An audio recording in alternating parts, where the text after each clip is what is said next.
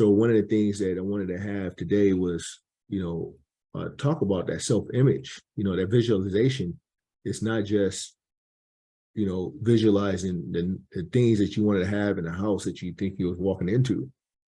For me, I get to take my daughter to school this morning while I'm still trading. I also get to take her to her first driver's test, and still get to make the calls and be able to be in the market.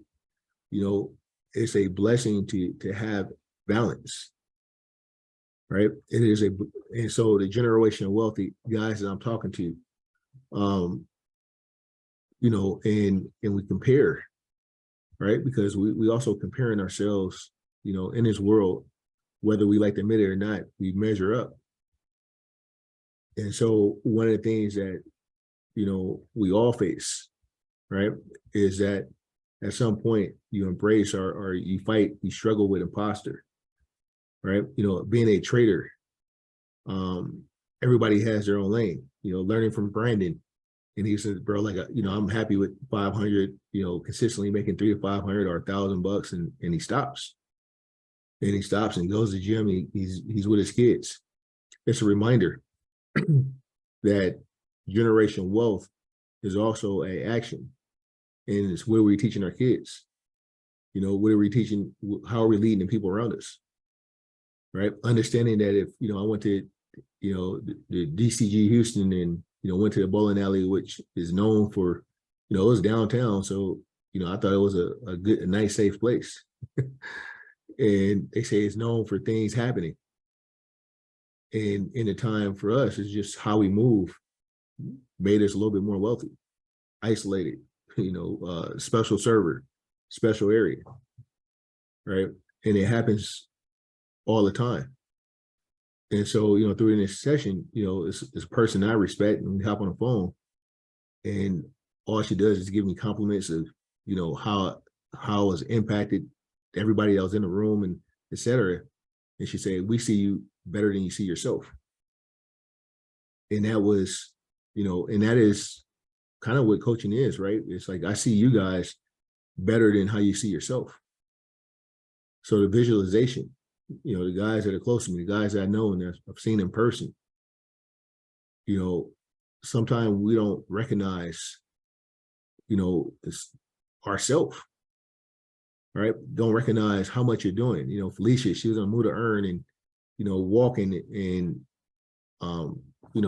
facing and overcoming, physical challenge. I see Barry Parker, out there taking care of the family and doing push-ups and, at the event coming down to Houston or Atlanta. I see a lot of amazing people doing a lot of amazing things. And sometimes it takes someone else. My bad, guys. I never don't even use alarms. But, seeing people and being able to recognize, some of the energies, right? Some people will go through amazing circumstances and the energy is still leveled up. One of the things that we said, the reason why some people pay $100,000 to be in a room, because she asked me, like, why do you think I paid $100,000 to be in a room with Tony Robinson? And one, I was like, because, for me, being where I'm from, I was like, because you got it. Because if you got the 100,000 and you wanted to be around Tony Robbins, there is no limitations, you're around. And then, we started talking about the transformation. She was like, I know you different since you came back from Dallas. And I was like, yeah, aren't we all? And that was a revelation that, yeah, we all changed. And it's okay to change. It's okay to be different. It's okay to go to a DCG event or any event and be different.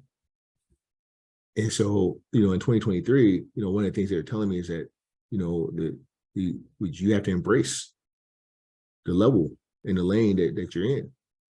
And a lot of people that don't, it backfires on them. When you level up, you're supposed to embrace it.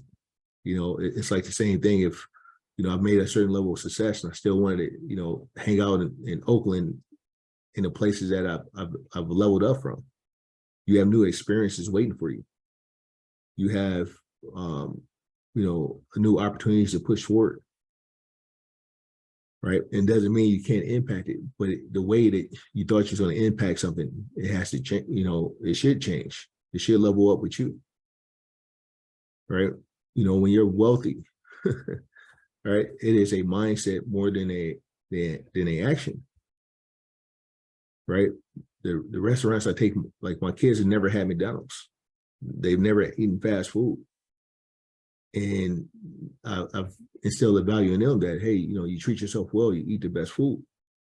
And so at a young age, sometimes we have a Del Taco close, and every now and then they'll be like, I'm gonna get, I'm gonna eat some trash, and that is a generational wealthy mindset of just put good food in your body, right? And so when they see their friends eating, it is a different mindset, and that is a wealthy mindset because their health may be better for a lot longer. So, I had things, I could share. Let me see. I had some other notes. I wanted to share about, one of the things is diligence. It's like being generational wealthy, right? Or having a wealth mindset. It's what do we care about? What do we want to make sure we relate and we communicate?